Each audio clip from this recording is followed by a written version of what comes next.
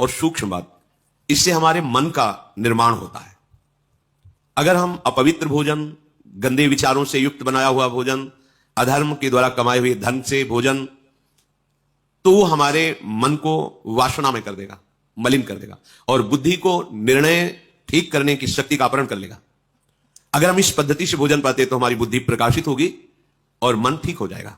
वैसे भी ग्रामीण कहावत में भी जैसा खाए अन्न वैसा बने मन, इसका बहुत बड़ा प्रभाव पड़ता है। तो धर्म से कमाए हुए अन्न को जब हम रसोई में अमनिया करें तो उस समय विषय वार्ता, विषय चिंतन नहीं होना चाहिए। अंदर ही अंदर नाम जप करो, भगवत चिंतन करो और विचार करो कि प्रभु को भोग लगाना है, चाहे गृहस्थ हो चाहे विरक्त।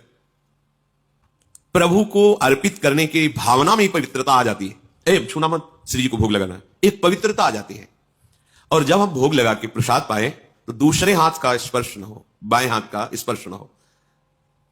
जैसे जो लोग दोनों हाथों से ऐसे, ये बुद्धि को खराब करने वाला, ऐसे नहीं पाना चाहिए।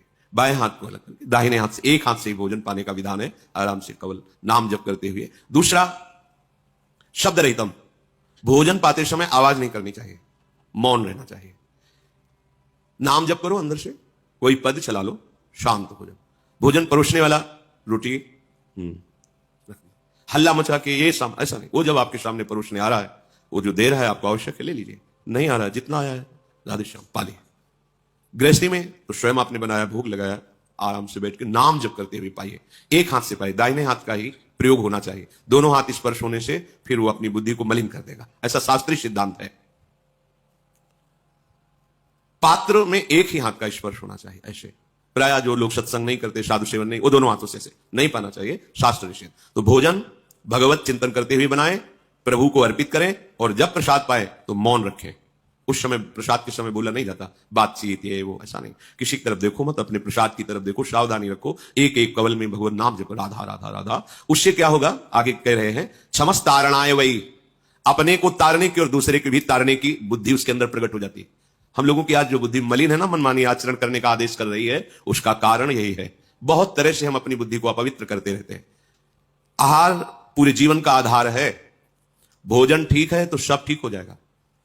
भोजन धर्म युक्त कमाए हुए धन से भगवत चिंतन करते हुए, रसोई में अमनिया करके, भगवत अर्पित करके, प्रसाद स्वरूप मौन धारण करते हुए, नाम जप करते हुए प्रसाद को एक हाथ से पाना।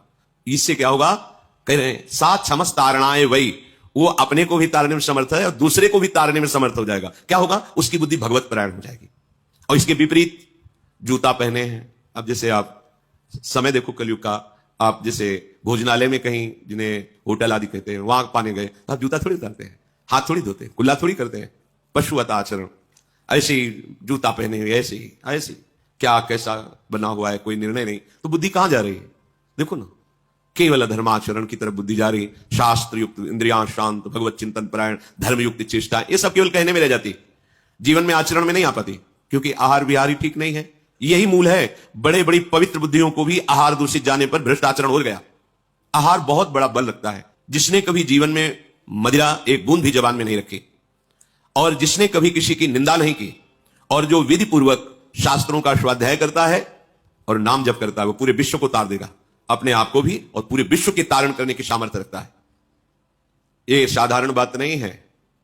जो आजकल के नवीन अवस्था के बच्चे खिलवाड़ में मदिरा को पीते हैं, क्या है, जिसके मुख में कभी जीवन में मदिरा नहीं गई है, किसी प्रकार से किसी की निंदा नहीं की, दोष आरोपण नहीं किया, और जो शास्त्र स्वाध्याय भगवान नाम जप करता है, सहज में मन शांत होकर उसका भगवदाकार हो जाता है।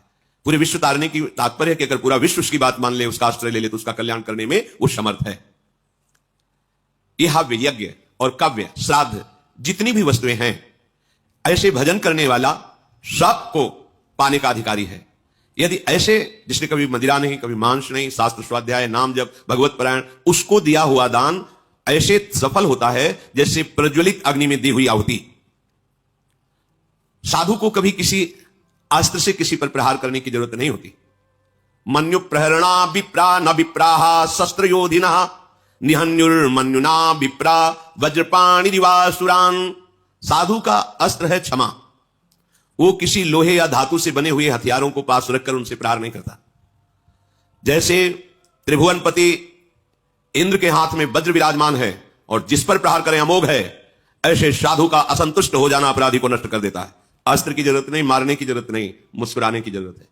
ध्यान रखना, अगर कोई साधु नाराज होकर तुम्हारे अपराध पर तुम्हें कटुवचन बोल दे, दंड विधान कर दे, तो जय मनाना, भगवान तुम्हारी जय हो, तुमने निर्मल कर दिया। और अगर वो मौन होकर के निकल जाए तो घबरा जाना, फिर तुम्हें कोई नहीं, वो वज्र जैसे अमोघ, ऐसे यहां कह रहे वज्रपाणि दिवासुरान निहन्युर्मन्युना विप्रा। वो उपासक, वो साधु, इसी को भगवान में संकेत करते हैं शंकर जी कि उमा क्षमा शापो ते भारी, अपने कर्म जाय अपकारी।